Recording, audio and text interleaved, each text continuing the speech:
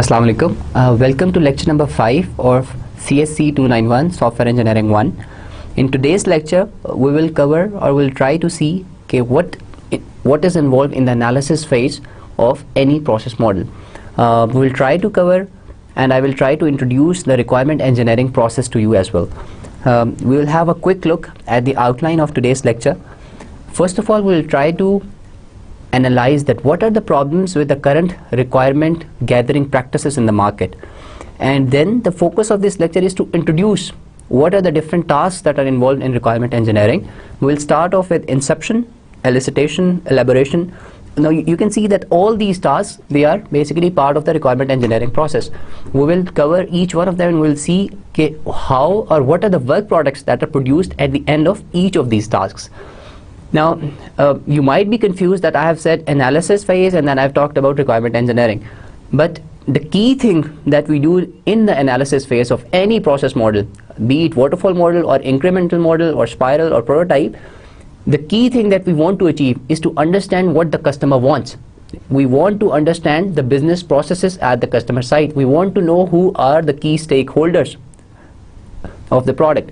So, the requirement engineering is the process. That is a systematic process which ensures that we collect all those things and we do not miss out on anything. Okay? But before going to requirement engineering and introducing the requirement engineering process to you, I will talk about what are the problems that people are facing when they gather requirements. Okay, ji. First of all, we have trouble in understanding the requirements, okay, that we acquire from the customer. Now, why is that so? First thing that comes to mind is that whenever we write requirements, whenever customers tell us something, we write that in English, okay?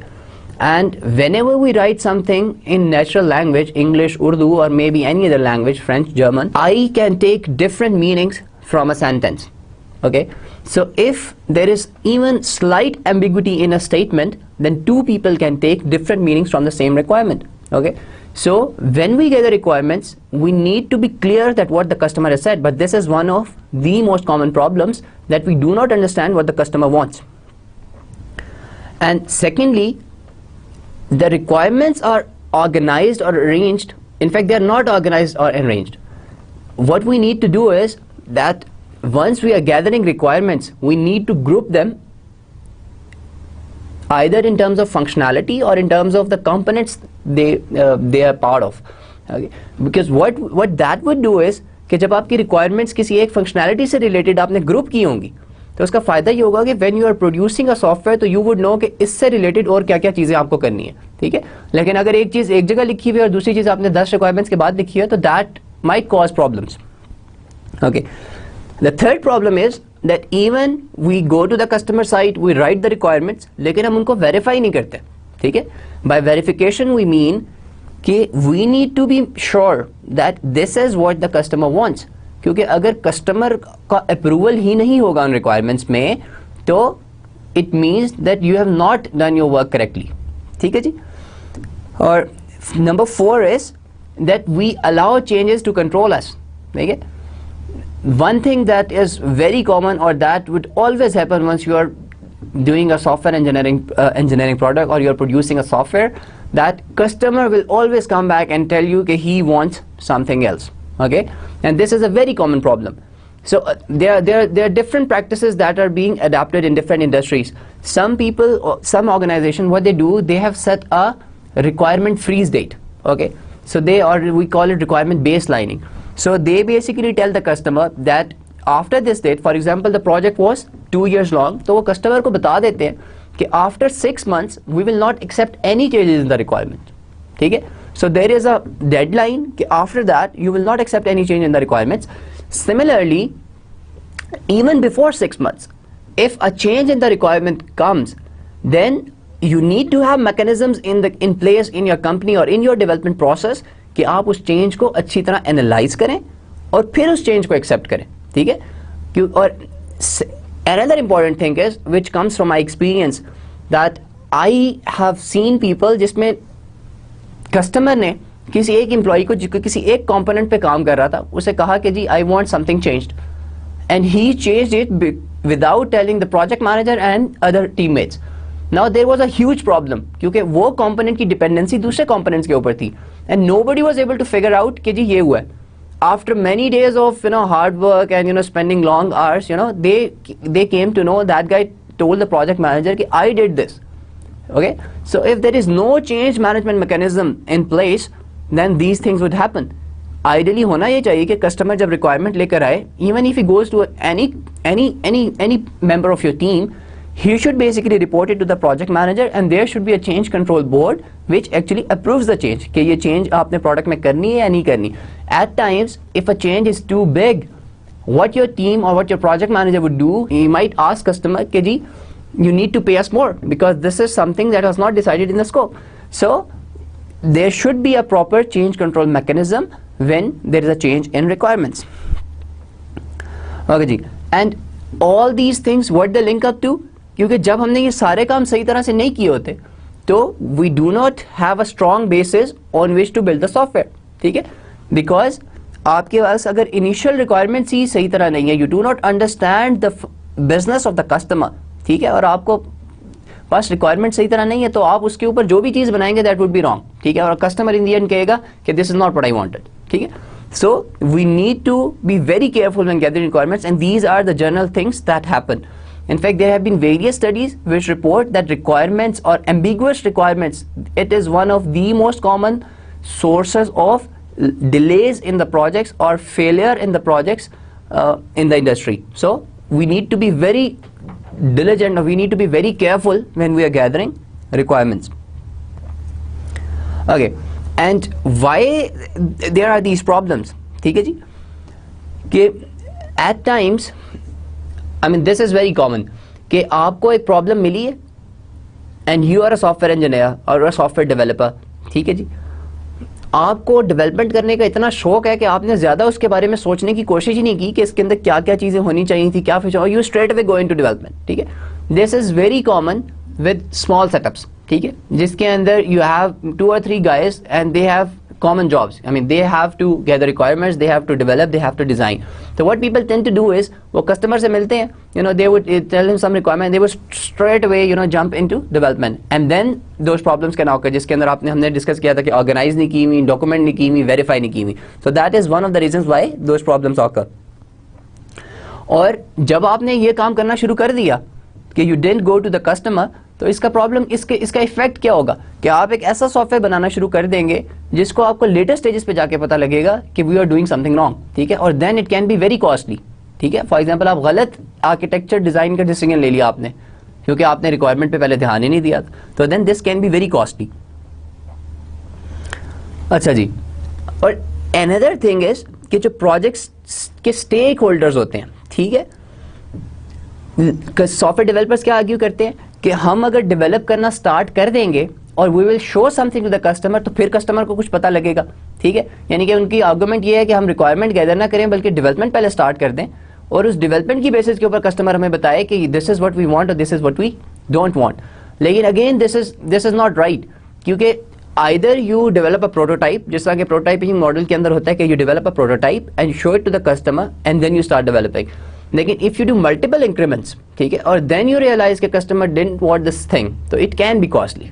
ठीक है जी, so there needs to be a decision by your project manager और your development team as a whole कि what is the practice that you need to follow. ठीक है, लेकिन अगर आपकी ये you go along with this thinking in your mind कि जी आप पहले कुछ इटरेशंस करेंगे, कस्टमर को दिखाएंगे and then you will make a decision on that, तो that can be very costly. और कुछ लोग ये सोचते हैं कि चीज़ें चेंज, जिस तरह हमने अभी एजाइल प्रोसेस मॉडल्स कवर किए हैं पिछले 2 लेक्चर्स के अंदर, और उसके अंदर हमने देखा है कि the basic principle is that they are yielding models. ठीक है, उसके अंदर हम रिक्वायरमेंट गैदरिंग पे भी ज़्यादा रिक्वायरमेंट गैदरिंग पे तो फोकस करते हैं, लेकिन डिजाइनिंग पे भी बहुत ज़्यादा टेंशन, और उसके अंदर हम ये एज्यूम करते हैं कि जब भी चेंज आएगी कि चेंज को हमने हमेशा एम्ब्रेस करना है. ठीक है, और चीज़ें चेंज होंगी इसलिए हमें प्लान करने की भी ज़रूरत नहीं है. लेकिन जो ट्रेडिशनल प्रोसेस मॉडल्स हैं दे डिफर, वो ये कहते हैं कि आपको चेंज के लिए भी प्लान करना है.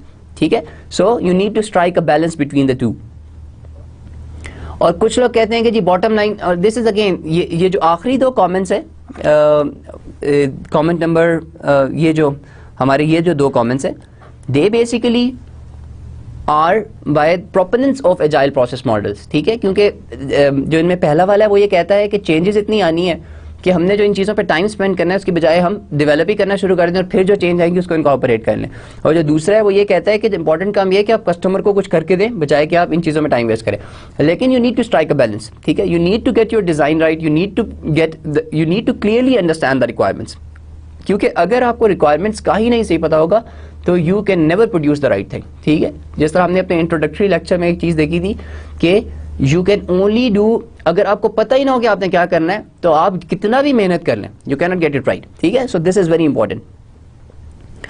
अच्छा जी, अब ये वाले जो जितने भी आर्गुमेंट्स हैं, ठीक है, ये स्मॉल प्रोजेक्ट्स के केस में चल सकते हैं, ठीक है। जिस तरह मैंने आपको कहा कि यूजुअली ये चीज़ें होती भी तब है जब कंपनीज बहुत स्मॉल होती हैं, यानी कि 3 लोग हैं, मतलब 3-4 लोग एक प्रोजेक्ट के ऊपर काम कर रहे हैं, it's a very small project में भी 2 लोग काम कर रहे हैं। लेकिन when the size of the project increases, ठीक है, साइज ऑफ द प्रोजेक्ट का मतलब ये है कि उसमें टीम का साइज भी बड़ा हो सकता है, या हो सकता है प्रोजेक्ट की ड्यूरेशन 2-3 साल की हो, तो उन केसेस के अंदर you need to be very careful when you are gathering requirements, और आपको डिज़ाइन भी बहुत ध्यान से करना होता है, because if you do not do it तो आपकी जो उसकी रिप्रिकॉशंस है, जो उसके चेंज की कॉस्ट है वो बहुत बढ़ जाती है, ठीक है। फॉर एग्जांपल आपका आर्किटेक्चर ही गलत हो गया और एक प्रोडक्ट थी जो कि 3 साल में आपने डिलीवर करनी है, आपको 1.5 साल बाद जाके पता लगा, तो that is basically 1.5 year wasted, ठीक है, और it will be very costly. तो जैसे जैसे प्रोडक्ट का साइज और उसकी कम्प्लेक्सिटी बढ़ती है in number of in terms of time, in terms of cost, in terms of team members, तो you need to be very careful in the analysis phase and specially when you gather requirements. अच्छा जी, अब इन सारी बातों का solution क्या है, ठीक है, कि हम कैसे, हमने अभी प्रॉब्लम्स देखी हैं कि रिक्वायरमेंट जो होती हैं क्लियर नहीं होती, हमें समझ नहीं आती कस्टमर ने क्या लिखा हुआ है, फिर हमें ये नहीं पता लगता, हमने रिक्वायरमेंट्स को ऑर्गेनाइज नहीं किया होता, ठीक है। इन सारी चीज़ों का हल क्या है, ठीक है जी। सबसे पहली चीज़ तो क्या है कि इनका हल है, इनका हल है रिक्वायरमेंट इंजीनियरिंग, ठीक है। जैसे हमने सॉफ्टवेयर इंजीनियरिंग की डेफिनेशन पढ़ी थी कि सॉफ्टवेयर इंजीनियरिंग को, इसको हम इंजीनियरिंग क्यों कहा हमने सॉफ्टवेयर इंजीनियरिंग को, इसलिए कहा कि we basically have a systematic way of producing software. इसी तरह requirements का भी there is a systematic way of gathering requirements. तो requirement engineering ensures कि when we gather requirements we take care of all these small nitty-gritties. Okay?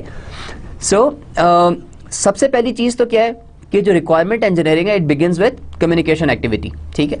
First of all, you go to the customer, you talk to him, you discuss the project, you discuss the scope, you try to identify key stakeholders. आप पहले customer के पास सिर्फ इसलिए जाते हैं कि उससे आप देखें कि जी उसका एनवायरनमेंट कैसा है, ठीक है, वो किस तरह के प्रोसेसेस फॉलो करते हैं। You are not worried about requirement gathering at this stage, you are just trying to figure out कि आपके इस कस्टमर की साइड के ऊपर की स्टेक होल्डर्स कौन से लोग ऐसे हैं जिनको प्रोसेसेस का ज़्यादा पता है, कौन से लोग ऐसे हैं जिनकी बताई हुई चीज़ें आपने कंप्लीट करनी है। Those people are called key stakeholders, क्योंकि there will be different people in the company and they would tell you different things, लेकिन it's your job to figure out कि कौन सा बंदा है जिसकी बात आपने ज़्यादा केयरफुली सुननी है। ओके, एक और चीज़ जो रिक्वायरमेंट्स करती हैं कि requirement is basically a bridge, ठीक है, बिटवीन डिज़ाइन एंड कंस्ट्रक्शन। अगर आपकी ये जो रिक्वायरमेंट्स है, ठीक है, यही सही गैदर नहीं हुई होंगी ना, तो आपका जो डिज़ाइन है वो भी गलत होगा और आपकी कंस्ट्रक्शन भी फिर गलत हो जाएगी, ठीक है जी।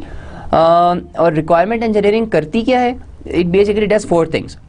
It allows a requirement engineer to examine the context of software work to be performed.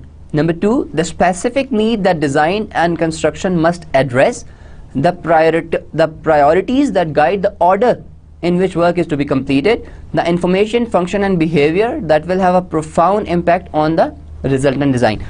यानी कि essentially what it does is, सबसे पहली चीज़ तो हमने जिस तरह कहा कि इट बेसिकली आपको पता लग जाता है कि रिक्वायरमेंट्स आपने सही तरह गैदर की हैं, तो आपको you have lot of clarity when you are going to design and construct the product, ठीक है। सेकंड चीज़ आपको पता लग जाती है कि आपने किस ऑर्डर के अंदर काम करना है, ठीक है, यानी कि यू नीड टू नो कि कौन सी रिक्वायरमेंट्स ज़्यादा क्रिटिकल हैं या कौन सी रिक्वायरमेंट्स ऐसी हैं जो आपको पहले कस्टमर को करके देनी है, कौन सी बाद में करके देनी है। तो if we follow a proper requirement engineering process then we will ensure that these things are done correctly. As we saw in the outline slide, that there are basically 7 distinct tasks in requirement engineering. ठीक है जी, we start off with, सबसे पहले उस पर कौन सा है? Inception, ठीक है।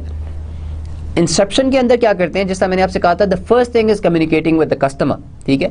तो what we do at inception stage is that we actually go and we talk to the customer, ठीक है। हमारा इसमें फोकस ना तो रिक्वायरमेंट गैदर करना होता है, we want to identify key stakeholders, और प्रॉब्लम को हम प्रॉब्लम का स्कोप आइडेंटिफाई करने की कोशिश करते हैं कि क्या क्या कस्टमर हमसे कराना चाहता है। स्पेसिफिक सभी हम गैदर नहीं कर रहे। जो सेकंड फेज है, जो सेकंड टास्क है रिक्वायरमेंट इंजीनियरिंग का, जिसको हम कहते हैं एलिसिटेशन, ठीक है।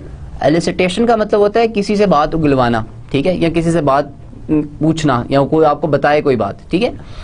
तो सेकेंड फेज आपका एलिसिटेशन है। दिस इज द फेज जब आप कस्टमर के पास जाते हैं और उनके डिफरेंट रिप्रेजेंटेटिव्स के पास जाके आप रिक्वायरमेंट्स उनसे गैदर करने की कोशिश करते हैं, ठीक है। This is one of the most difficult phase, क्योंकि लोगों से बात को निकलवाना is a very difficult task, ठीक है जी। इट्स नॉट कि लोग बताना नहीं चाहते, at times they do not know how to tell it, ठीक है। तो this is job of a good software engineer, a good requirement engineer, to be able to extract something from the customer, ठीक है। जो आपकी third phase है that is elaboration, ठीक है। एलेबोरेशन फेज के ऊपर हम डिफरेंट एनालिसिस मॉडलिंग टेक्निक्स को यूज करते हैं और उन डायग्रामेटिक टेक्निक्स को हम यूज करते हुए अपने सिस्टम को एलेबोरेट करते हैं, ठीक है। यानी कि जो हमारे पास रिक्वायरमेंट्स आ गई हैं उनको हम एनालिसिस मॉडलिंग टेक्निक लगा के उनको एलेबोरेट करने की कोशिश करते हैं, जिसकी एग्जांपल हम आगे देखेंगे कि यूज केसेस बनाते हैं हम, सीक्वेंस डायग्राम्स बनाते हैं, activity diagrams, there different diagramming techniques जो कि हम यूज करते हैं रिक्वायरमेंट्स को एलेबोरेट करने के लिए। और ये आपके सिस्टम की पहली टेक्निकल रिप्रेजेंटेशन होती है, काइंड ऑफ टेक्निकल रिप्रेजेंटेशन, ठीक है। This is something before design but after eliciting requirements. तो this is elaboration. Elaboration phase के बाद we have a negotiation phase, ठीक है। हमने एक बहुत बड़ी प्रॉब्लम देखी थी रिक्वायरमेंट्स के अंदर, एंड दैट प्रॉब्लम वाज कि कस्टमर से आपने रिक्वायरमेंट्स वेरीफाई नहीं कराई होती, ठीक है। कस्टमर को पता ही नहीं होता कि आपको क्या अंडरस्टैंडिंग मिली है मेरे सिस्टम की, ठीक है। तो निगोशिएशन फेज के अंदर हम क्या करते हैं, कोई we go and we tell the customer कि जी आपने ये चीज़ें मांगी हैं और आपने इतने टाइम फ्रेम में काम करने को कहा है, लेकिन ये पॉसिबल नहीं है। तो you try to negotiate with the customer. Negotiation can be in terms of time, in terms of cost और in terms of scope of the project. आप उससे जाके निगोशिएट करते हैं कि जी अगर आप इतना ही काम चाहते हैं तो मे बी हम टाइम ज़्यादा लेंगे, कॉस्ट ज़्यादा होगी, यू नो, यू कैन। और आप उन रिक्वायरमेंट्स के अंदर निगोशिएशन का एक और बहुत बड़ा फायदा ये होता है कि आप उसकी बेसिस के ऊपर अपनी रिक्वायरमेंट्स को प्रायोरिटाइज भी कर सकते हैं, ठीक है। आप कस्टमर से निगोशिएट किया आपने, कस्टमर वो टेल के जी ये चीज़ें तो मुझे चाहिए ही चाहिए, इनके बगैर मेरा बिजनेस प्रोसेस नहीं चलेगा। तो those are basically desires of the customer के ही बेसिकली वांट्स देम, ठीक है जी। और या those are the must haves in the product, ठीक है। और कुछ ऐसी रिक्वायरमेंट्स होगी जो कि कस्टमर की विशेज होंगी, ठीक है। यानी कि डिमांड्स होती हैं और कुछ विश होती है। Demands not desires, it should be demands. यानी कि आप जो कस्टमर की कुछ डिमांड्स है और जब आपने प्रायोरिटाइज किया वो डिमांड्स ऐसी चीज़ें होती है जो कि लाजमी चाहिए। फिर आपकी कुछ कस्टमर की विशेज होंगी। विशेज ऐसी चीज़ें होती है, for example he want some extra reports in the software और कुछ इस तरह की चीज़ें जो कि कस्टमर कहते हैं अगर ये भी हो जाए तो अच्छा है, ठीक है। लेकिन you can prioritise them in the negotiation phase. Negotiation के बाद when you get a clear picture कि व्हाट कस्टमर वांट्स, ठीक है, you start specifying those requirements, ठीक है। क्योंकि जब हम स्पेसिफिकेशन जब हम करते हैं तो इसका मतलब ये होता है कि we are actually listing down requirements. हम उनको ग्रुपिंग करके प्रॉपर ऑर्डर की फॉर्म में उनको लिखना शुरू कर देते हैं, ठीक है। That is specification. और जो रिक्वायरमेंट स्पेसिफिकेशन डॉक्यूमेंट होता है that is actually produced after this task. After specification phase we have validation, ठीक है जी। वैलिडेशन के अंदर हम क्या करते हैं कि हमने जब रिक्वायरमेंट्स लिख ली, ठीक है, तो the next thing is to get them signed from the customer, ठीक है। This is very important and in terms of bigger projects this is a very common practice कि once you have specified the requirements you need to get that document approved from the customer, क्योंकि that document is a proof और that document tells you and the customer, आपको ये बताता है वो document कि आपने ये चीज़ें कस्टमर को डिलीवर करनी है। और कस्टमर को ये पता लगता है कि जब मेरे पास ये सॉफ्टवेयर बनाकर लाएंगे तो मैंने इनके अगेंस्ट इसको टेस्ट करना है, ठीक है। So that's why this validation phase is very important that you get the requirement document signed by the customer, ठीक है जी। Finally we have requirement management. Requirement management, why we have requirement management, हमने लिख भी ली, validate भी करा ली, हमें requirement management अब क्यों चाहिए? रिक्वायरमेंट मैनेजमेंट इसलिए चाहिए क्योंकि आई हैव टोल्ड यू कि रिक्वायरमेंट्स कस्टमर बार बार आपके पास आएगा कि जी I want to change this requirement, I want to change that requirement. Whenever customer comes to you, तो you need to first of all analyze कि इस चेंज का मेरे बाकी सॉफ्टवेयर पे इम्पैक्ट क्या होगा। फॉर एग्जाम्पल अभी आपका सॉफ्टवेयर शुरू हुआ है, you are in the first month, you are addressing the first 3 requirements, ठीक है, in the construction phase. Customer आके कहते हैं जी रिक्वायरमेंट नंबर 10 जो 10th नंबर पे थी आप उसको चेंज कर दें, ठीक है। इसको देख के तो हमें यही लग रहा है कि रिक्वायरमेंट 10 का आपके सॉफ्टवेयर पे कोई असर नहीं होगा क्योंकि अभी आप रिक्वायरमेंट 3 तक पहुंचे। तो if that is the case you can easily से ओके जी विल डू इट। लेकिन if we do not have proper analysis in phase और हमें requirement 10 से हो सकता है कि project का scope बहुत increase हो रहा हो जब उसने change कराया, तो we need to understand. So we need to have a proper requirement management practices. We need to follow proper requirement management practices जिसके अंदर we will analyze the impact of different requirements on design of the product and in especially or in implementation of the project. तो इसलिए we need to follow certain requirement management techniques. जी, अब ये जो हमने task ऊपर identify किए हैं, ज़रूरी नहीं है कि ये टास्क सीक्वेंस में हो. जिस मतलब सीक्वेंस में मतलब ये है कि आपने पहले हमने इनको ये नहीं होगा कि स्ट्रिक्टली पहले आपने इंसेप्शन किया फिर आपने ये किया, ऐसे नहीं होगा कि ये आप ऑर्डर में कर रहे हैं 1 2 3 4 5 6 7 करके. This is not the case. इसमें से बहुत से टास्क ऐसे हैं जो कि पैरेलल में हो रहे होंगे. जिस तरह आपने इंसेप्शन किया और आपने इंसेप्शन किया उसके बाद आपने इलिसिटेशन फेज पे फॉर एग्जांपल आप हैं, आप कस्टमर से रिक्वायरमेंट्स गैदर कर रहे हैं और requirement gathering is a very big, it's not a small task. At times it takes months to gather requirements for a very big project. ठीक है, it can take maybe 1 month, ठीक है, 2 months. ठीक है, तो उस elicitation के अंदर you are elaborating it at the same time. ठीक है जी, यानी कि आप कस्टमर से पूछ भी रहे हैं और उनको एलिबरेट भी कर रहे हैं. So one thing, another thing कि आपको ये चीज़ ध्यान में रखनी है कि ये पैरेलल में हो सकती है. These are not sequential tasks. ठीक है जी. और एक चीज़ और कि इन सब का मकसद क्या है कि you want to know what the customer wants, और आप अपने डिज़ाइन के लिए एक सॉलिड बेस बनाना चाह रहे हैं ताकि जब आप डिज़ाइन करें ना तो वो डिज़ाइन जिसकी जो बेसिस हो वो ऐसी हो कि वो चेंज ना हो, क्योंकि जब बेस चेंज हो जाएगी तो फिर आपका डिज़ाइन ऊपर से हिल जाएगा. ठीक है, तो दिस इज़ वेरी इंपॉर्टेंट कि रिक्वायरमेंट्स अच्छी होने का इम्पैक्ट जो है वो आपके पूरे प्रोडक्ट डेवलपमेंट के ऊपर जाता है. ठीक है, so we need to be very careful when we are gathering requirements. Okay जी. Now although this diagram shows that they are in sequence, लेकिन ये पैरेलल के अंदर ये एक्टिविटीज़ हो रही होती हैं. ठीक है, वैसे इस डायग्राम में भी किसी हद तक दे सकते हैं कि इंसेप्शन एलिसिटेशन पैरेलल में हो रहा है, एलिसिटेशन एलैबोरेशन में थोड़ा थोड़ा ओवरलैप आ रहा है. ओके जी, first of all we look कि इंसेप्शन के अंदर हम क्या करते हैं. अच्छा जी, बेसिकली इंसेप्शन के अंदर मैंने आपको पहले भी कहा था कि at the inception stage we are not interested in gathering specific requirements. ठीक है, तो इंसेप्शन स्टेज के ऊपर जो भी आपका रिक्वायरमेंट इंजीनियर होता है, ठीक है, he will basically ask certain questions from the customer. और उन क्वेश्चंस को पूछने का मकसद क्या होगा, ताकि एक तो सबसे पहली चीज़ you want to get basic understanding of the problem. ठीक है, और आपको दूसरी चीज़ आप जानना चाहते हैं कि कौन से लोग हैं जिनके लिए आप ये सोल्यूशन बना रहे हैं. You want to know the end user of the product. ठीक है जी, और नेचर ऑफ द सोल्यूशन. ठीक है जी, और the effectiveness of preliminary communication and collaboration between the customer and the developer. ठीक है, you basically want to establish good communication with the customer. ठीक है, ये जिस तरह हमने अभी in the last 2 lectures of this course we saw कि customer involvement is very important in agile process. Although it's important in agile, it's very important in agile, लेकिन दूसरा प्रोसेस मॉडल भी अगर आप कोई फॉलो कर रहे हैं तो you need to have good terms with the customer, क्योंकि कस्टमर अगर आपको फीडबैक नहीं देता तो आपका सॉफ्टवेयर टाइम पे और सही कंप्लीट नहीं होगा.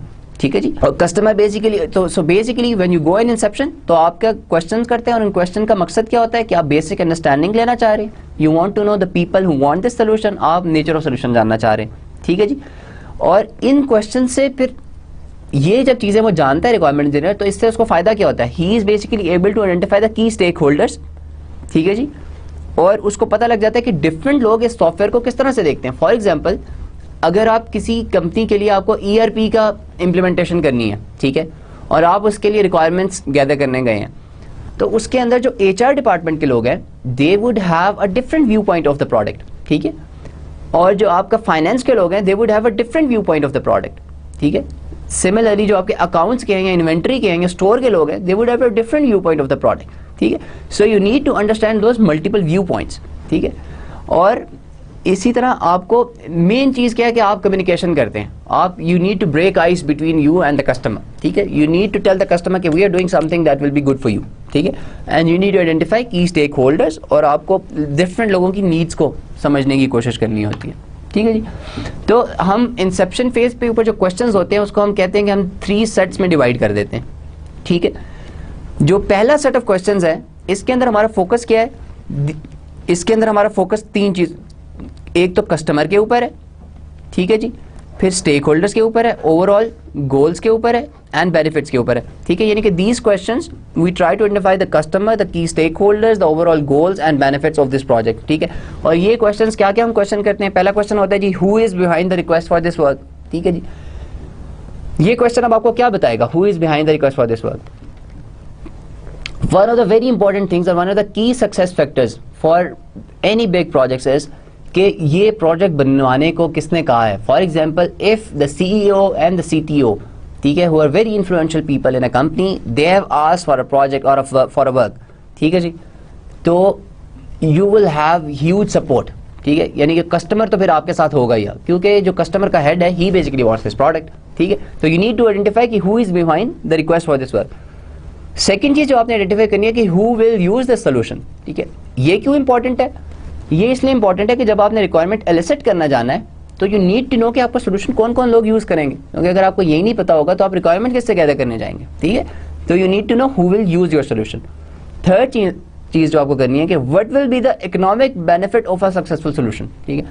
You need to identify for the customer कि आप जो ये प्रोडक्ट, ये जो काम करने जा रहे हैं, इसका इकोनॉमिक बेनिफिट, कंपनी को इसका क्या फायदा होगा. फॉर एग्जाम्पल, अगर एक कंपनी ERP सोल्यूशन बनवा रही है तो उसका क्या फायदा होगा, ठीक है. जैसा कई फायदे हो सकते हैं, सबसे बड़ा फायदा तो ये हो सकता है कि वो उनका एनवायरनमेंट पेपरलेस हो जाएगा, ठीक है. फिर उनकी सारी चीज़ें ऑटोमेट होने की वजह से उनकी ऑर्गेनाइजेशन के अंदर ट्रांसपेरेंसी आ जाएगी, ठीक है. जिस तरह HR के अंदर बड़े इश्यूज होते हैं, जैसा लोग हैं वो आएंगे, कागज़ पे अटेंडेंस लगाई, उन्होंने टाइम जल्दी का लिख दिया, लेकिन अगर आपकी अटेंडेंस ऑटोमेटेड हो गई है, it is through a biometric device, तो लोग जिस टाइम पे आएंगे टाइम स्टैम्प वही लगेगी, ठीक है. तो this is just a very small example कि इसका इकोनॉमिक बेनिफिट क्या होगा, ठीक है. फॉर एग्जाम्पल, आपका रूल है कि अगर एम्प्लॉय इतने घंटे लेट होता है तो उसकी सैलरी इतनी कटनी चाहिए. तो if it's a paper based environment तो people can get away with it, लेकिन इफ इट्स ऑटोमेटेड तो there is no getting away with it, ठीक है. और एटलीस्ट इट्स नॉट ईजी. अच्छा जी, और फोर्थ क्वेश्चन जो है, इस पहले जो आप set of question inception phase पे पूछ रहे हैं, उसके अंदर क्या है कि is there another source of solution, another source for the solution that you need. यानी कि आप ये आइडेंटिफाई करते हैं कि आपने जो सोल्यूशन देने जा रहे हैं वो आप किसी और सोर्स से भी हासिल कर सकते हैं, ठीक है जी. यानी कि हमारे अब इस फेज के ऊपर हमने 4 चीज़ें पता की. पहली हमने चीज़ ये पता की कि ये जो आपसे रिक्वेस्ट की है या जो आप प्रोजेक्ट बनाने जा रहे हैं, ये आप किसके कहने पे बना रहे हैं. आप ये जो सोल्यूशन दे रहे हैं, ये सोल्यूशन कौन कौन यूज़ करेगा, इसके बेनिफिट्स क्या होंगे, ठीक है. और who is the source, alternative source for this solution, ठीक है जी. तो आप कस्टमर से जब ये सारी चीज़ें पूछते हैं तो इससे आपकी एक बेसिस बन जाती है, आपको पता लग जाता है अपने स्टेक होल्डर्स का, आपको पता लग जाता है कि ये प्रोजेक्ट कितना, आपको कस्टमर से कितनी सपोर्ट मिलेगी, ठीक है. और जब आपको इकोनॉमिक बेनिफिट्स पता लग जाते हैं तो you can better sell it to the customer, ठीक है जी. अच्छा जी, जो the next set of questions है व्हाट दे डू, ये जो ऊपर बॉक्स्ड लाइन है, दिस इज इंपॉर्टेंट क्योंकि ये बताता है कि इन क्वेश्चन से आपको फायदा क्या होगा. These questions enable the requirement engineer to gain a better understanding of the problem. अब आप जरा स्पेसिफिक हो रहे हैं. जो पहले हमारे क्वेश्चंस थे वो जनरली वो प्रोडक्ट के बेनिफिट्स बता रहे थे, आपके प्रोडक्ट का बता रहे थे कि किसने आपको ये करने को कहा है और स्टेक होल्डर्स ढूंढ रहे थे. लेकिन इसके अंदर हम अब प्रॉब्लम की अंडरस्टैंडिंग की बात कर रहे हैं कि these questions enable requirement engineer to gain better understanding of the problem and allow the customer to voice his or her perception about the solution, ठीक है. पहली चीज़ तो ये है कि आपने इसमें समझना है कि प्रॉब्लम क्या है, और दूसरी चीज़ ये है कि कस्टमर अपने व्यूज़ भी बता सकता है. फॉर एग्जांपल, आप किसी HR के बंदे से मिल रहे हैं, आपने प्रॉब्लम समझी, फिर वो आपको ये भी बताएगा कि वो क्या चाहता है इस सोल्यूशन के अंदर, ठीक है. सो देयर आर 2 थिंग्स है. अच्छा, इसके अंदर जो आप typical kind of questions that you can ask are, how would you categorise good output that would be generated by a successful solution. आप बेसिकली कस्टमर से बड़ा स्पेसिफिक सा क्वेश्चन कर रहे हैं कि अगर हम आपको लोगों की अटेंडेंस की मंथली रिपोर्ट दे दें तो आपका क्राइटेरिया क्या है, आप किस तरह की रिपोर्ट चाहते हैं, ठीक है. What will be categorise as good, ठीक है जी. फॉर एग्जाम्पल, हो सकता है कि आपसे HR वाला चाहे कि जी मुझे सिर्फ उनके इनपुट टाइमिंग चाहिए और मुझे चाहिए कि लोग कितने कितने लेट हुए हैं, ठीक है. हो सकता है वो ज़्यादा डिटेल में जानना चाहे. तो there are different options, but you ask very specific questions, ठीक है. फिर आप सेकंड क्वेश्चन जो पूछते हैं कि इस काम को करने ये किन किन प्रॉब्लम्स को एड्रेस करेगा आपका सोल्यूशन, ठीक है. जिस HR वाला केस तो हमने डिस्कस किया कि उसका क्या फ़ायदा होगा कि आपके सारे सिस्टम के अंदर ट्रांसपेरेंसी आ गई है और यू क्लियरली नो कि कौन लोग लेट आए हैं, ठीक है, और how much time they have spent actually in the premises. Or the third question is, can you show me or describe the business environment in which the solution will be used? Now this is very important, ठीक है. For HR के case में this is very very important. For example, it's a huge factory, ठीक है, जहाँ पे शायद 200-300 बंदा काम कर रहा है और एक शिफ्ट के अंदर 150 बंदे होते हैं या इससे भी ज़्यादा बंदे होते हैं. अब वो शिफ्ट स्टार्ट होनी है 8 बजे, ठीक है. एंड वो सारे के सारे 150 बंदा एक ही वक्त में आ जाता है और वो सारे उस बायोमेट्रिक के ऊपर अटेंडेंस लगाना शुरू कर देते हैं, ठीक है, और आपने एक डिवाइस लगा दिया वहाँ पे, ठीक है। अब इसका नुकसान क्या होगा कि वो जो आखिरी बंदा आया था वो तो जाते जाते बेचारा शायद आधा घंटा पौना घंटा लेट हो जाए, ठीक है। तो आपको वो एनवायरनमेंट भी समझना होता है, यानी कि you need to understand the where your solution will be deployed, वहाँ पे वर्किंग कंडीशंस क्या होंगी, क्योंकि अगर आप उसको नहीं समझेंगे तो ये सोल्यूशन जो आप बना सोच के लाएंगे दैट विल बी रॉन्ग, ठीक है जी। So this is very important to understand that where वो your solution will be deployed और in which environment it will be used. अच्छा जी, द फोर्थ क्वेश्चन क्या है कि स्पेशल परफॉर्मेंस इश्यूज और constraints affect the way the solution is approached, ठीक है जी। और this is again link to the number 3 question कि आपको ये भी देखना होता है कि क्या कंस्ट्रेंट्स हैं, ठीक है, जो आप सोल्यूशन उसके अंदर देंगे। जिस तरह इसके अंदर ये बड़ा कंस्ट्रेंट है कि अगर आप एक लगा देंगे तो अगर ज़्यादा लोग आ रहे हैं अटेंडेंस लगाने तो वो तो आखिरी बंदा वैसे ही लेट हो जाएगा, ठीक है। तो यू नीड टू अंडरस्टैंड। अब इसके अंदर देखिए हमने बड़े स्पेसिफिक किस्म के क्वेश्चन पूछे। पहला क्वेश्चन हमने पूछा है कि आप किसी भी आउटपुट को आप किस तरह कैटेगराइज करेंगे कि दिस इज गुड और बैड। दूसरा हमने क्वेश्चन पूछा है कि ये आपके कौन से प्रॉब्लम्स को सॉल्व करेगा। तीसरा हमारा और चौथा क्वेश्चन इस प्रॉब्लम से रिलेटेड थे कि पहले ये किस एनवायरनमेंट के अंदर ऑपरेट होगा, ठीक है, और इसके ऊपर क्या क्या कंस्ट्रेंट्स होंगे, ठीक है, और वो आपके सोल्यूशन को कैसे इफेक्ट कर सकते हैं। तो there are 4 things that we basically, और they are all very specific questions जिसके अंदर आप you are trying to understand the problem, ठीक है। अच्छा जी, the final set of questions जो आप पूछेंगे इंसेप्शन के अंदर, उनका क्या गोल है?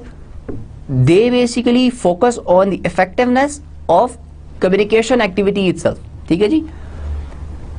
इसके अंदर बेसिकली क्योंकि अब one thing that I told you कि आपने स्टेक होल्डर्स भी आइडेंटिफाई कर लिए पहले इंसेप्शन के फेज के अंदर, लेकिन हो सकता है कि आपको रिक्वायरमेंट गैदर करने के लिए मल्टीपल लोगों के पास जाना पड़े, ठीक है, और मल्टीपल लोग आपको कन्फ्लिक्टिंग चीज़ें बताएं। तो फाइनल फेज के अंदर आप आइडेंटिफाई करते हैं कि आपने जिस बंदे से जो चीज़ें पूछी हैं वो क्या सही बंदा भी था ये चीज़ें पूछने के लिए कि नहीं, ठीक है जी। तो आप अपने जो आपने कम्युनिकेशन की है अभी तक, आपने जो प्रॉब्लम की अंडरस्टैंडिंग ली है, you kind of try to go through it again and आप देखते हैं कि जो आपने कम्युनिकेशन किया हाउ इफेक्टिव वाज दैट, ठीक है जी।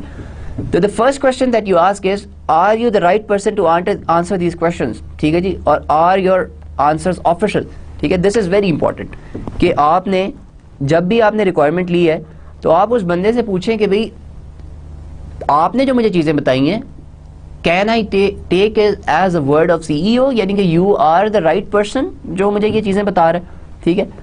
और सेकंड क्वेश्चन जो आप पूछते हैं कि are my questions relevant to the problem that you have, ठीक है, यानी कि आप अपने पूरा जो आपका कम्युनिकेशन का प्रोसेस आप उसको एवेलुएट कर रहे हैं कि आपने प्रॉब्लम को समझने के लिए उससे बहुत से क्वेश्चंस किए हैं। तो you are trying to evaluate कि जो मैंने क्वेश्चंस किए भी हैं वेदर दे वर करेक्ट और नॉट, ठीक है, और वो क्वेश्चंस आपकी प्रॉब्लम से रेलेवेंट भी थे कि नहीं थे।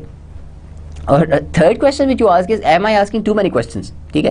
पहली बात तो ये है कि customer they usually don't allow to ask you too many questions, they would give you very limited time, ठीक है। If it's a big corporation people are usually very busy, they won't be available to you very easily, ठीक है।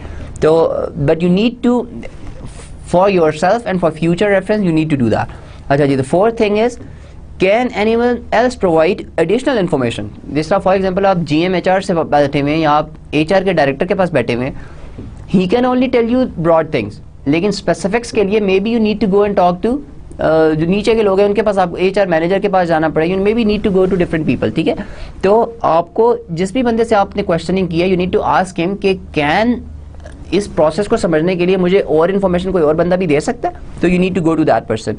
और should I be asking you something else, जिसका final question would be that कि मैंने आपसे इतनी चीज़ें तो पूछ ली हैं, ठीक है, now is there anything that you want to add to what I have already asked you, यानी कि कोई चीज़ ऐसी है, हो सकता है आपको आपके क्योंकि you are there to understand the business process, हो सकता है आपको पता ही ना हो, लेकिन कस्टमर के जहन में हो, तो आप आखिरी क्वेश्चन से ये करते हैं कि क्या कोई ऐसी चीज़ भी है जो आप मुझे एडिशनल बताना चाह रहे हैं, ठीक है। अब अगर आप इन तीनों सेट ऑफ जो हमने क्वेश्चंस देखे हैं उनको देखें, हम इनको समराइज सा करें कि जो इंसेप्शन फेज के हमारे पहले सेट ऑफ क्वेश्चंस थे उसके अंदर हम क्या आइडेंटिफाई कर रहे थे कि ये जो हमसे प्रोजेक्ट की रिक्वेस्ट की है ये किसने की है, ठीक है। और उसके अंदर हम आइडेंटिफाई कर रहे थे कि हमारे इसके हमें इंफॉर्मेशन कौन कौन देगा, स्टेक होल्डर्स कौन होंगे, ठीक है। फिर हम देख रहे थे कि इसका बेनिफिट क्या होगा, हमारे गोल्स क्या है इस प्रोजेक्ट को बनाने में, ठीक है।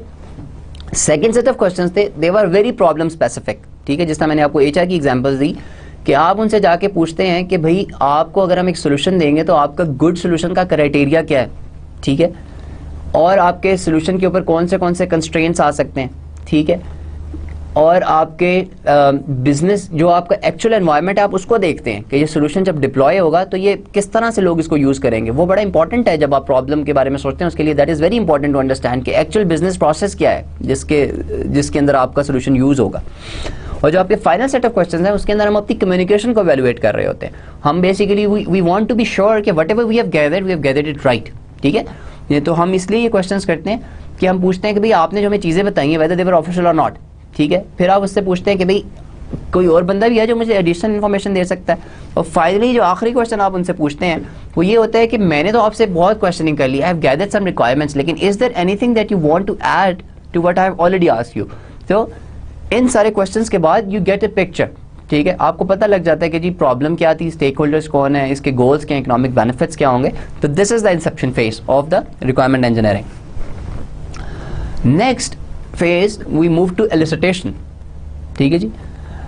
एलिसिटेशन मैंने आपको बताया था it's one of the most difficult phases, ठीक है, यानी कि अभी तक जो हमने इंसेप्शन के फेज के ऊपर हमने जितना भी काम किया है दैट इज बेसिक्स, लेकिन एलिसिटेशन के अंदर वी बेसिकली स्टार्ट हम एक एक चीज़ के बड़े स्पेसिफिक क्वेश्चंस पूछना शुरू करते हैं। जिस तरह एचआर की हमने एग्जांपल दी थी, पहले तो जनरल क्वेश्चंस थे, फिर may be you will ask them कि जी आपका आने का टाइम क्या है, जाने का टाइम क्या है, आपकी सैलरी की क्या प्रोसीजर है, अगर एक बंदा आधा घंटा लेट हो फिर आपकी उसकी सैलरी डिटेक्ट होती है या आप नहीं करते, फिर अगर एक बंदा छुट्टी करता है उसकी सैलरी कम होती है नहीं होती, ठीक है, आपकी साल की कितनी छुट्टियाँ, you know these are very specific questions, these questions will be asked at elicitation phase.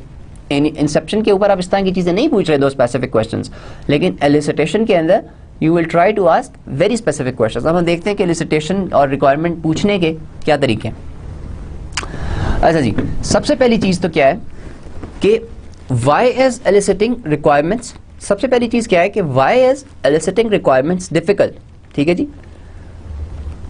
सबसे पहला क्या है कि किस चीज़ के अंदर है problems of scope in identifying the boundaries of the system or specifying too much technical detail rather than overall system objectives, ठीक है। At times what happens is that person who has gone there to elicit the requirements, they basically start asking too much technical questions rather than trying to understand the problem, ठीक है। तो this is one of the problems, ठीक है जी। दूसरा question problem क्या है कि आपको you are not trying to understand the physical domain, ठीक है जी, जिसके अंदर कि आपका प्रोजेक्ट या आपकी प्रोडक्ट जो आपने डिप्लॉय करनी है वो यूज़ होनी है, ठीक है जी। जिस तरह कुछ चीज़ें एट टाइम्स यू अज्यूम कि समथिंग इज ऑब्वियस, ठीक है, और यू हैव अ परसेप्शन कि ये चीज़ ऐसे होगी and you tend to miss those questions, लेकिन it is very important to be very clear about everything, ठीक है जी।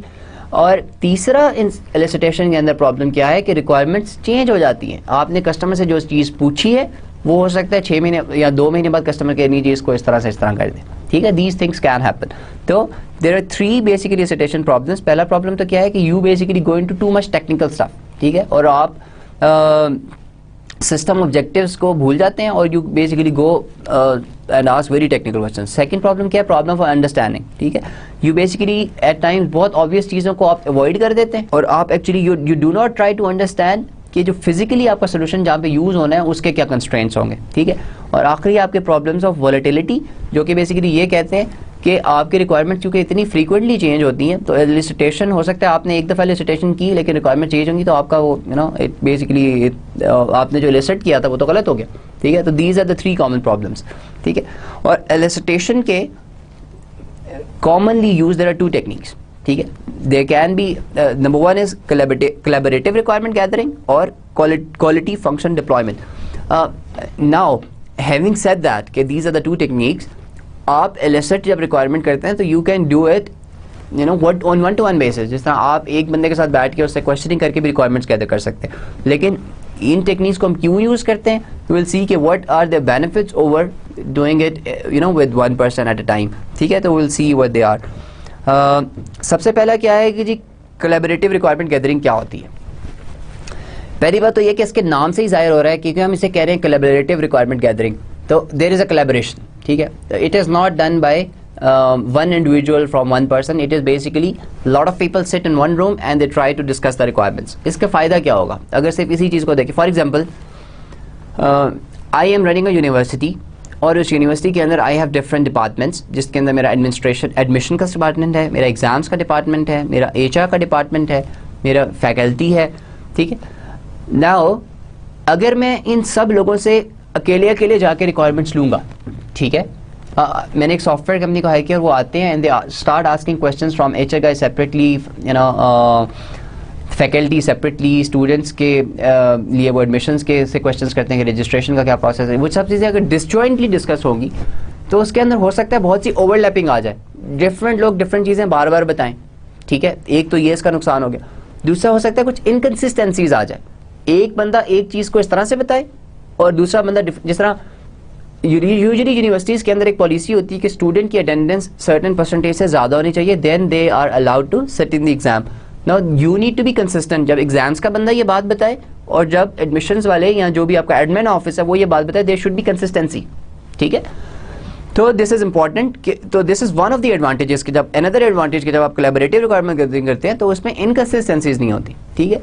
और जब एक ग्रुप ऑफ रिप्रेजेंटेटिव कस्टमर के बैठ के रिक्वायरमेंट आपके साथ गैदर कर रहे होते हैं तो उसका तीसरा फायदा ये होता है कि there is a consensus then, ठीक है। अगर कोई इनकंसिस्टेंसी है तो that is discussed between different representatives of the customer और you can get a consensus out of it, ठीक है जी। अच्छा, अब ये जो मीटिंग्स होती हैं, will just go through the steps and say what the slide is saying कि जो there are generally meetings conducted, ठीक है।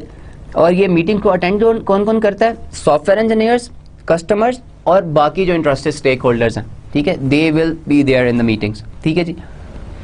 अच्छा, rules for preparation and participation are established, जिस तरह यू क्लियरली एस्टैब्लिश कि जी इस मीटिंग के अंदर हमारा फ्लो कैसे चलेगा, ठीक है। यानी कि who will start telling me the requirement first, this is very important कि आप ऑल्दो इट्स कोलैबोरेटिव लेकिन this is not a fish market, ठीक है। आप उसको इस तरह नहीं चाहते कि हर बंदा बोलने लग जाएगी हम ये करेंगे वो। You need a proper flow in that meeting. So you actually decide कि जी पहले हमें for example admissions वाले अपने बताएंगे, then HR वाले, और then you can have the floor open जिसके अंदर अगर कोई inconsistency है तो फिर आप लोगों से उस पर consensus करवा सकते हैं, ठीक है। तो और शुरू में an agenda is suggested that is formal enough to cover all the important points but informal enough to encourage the flow of free flow of ideas.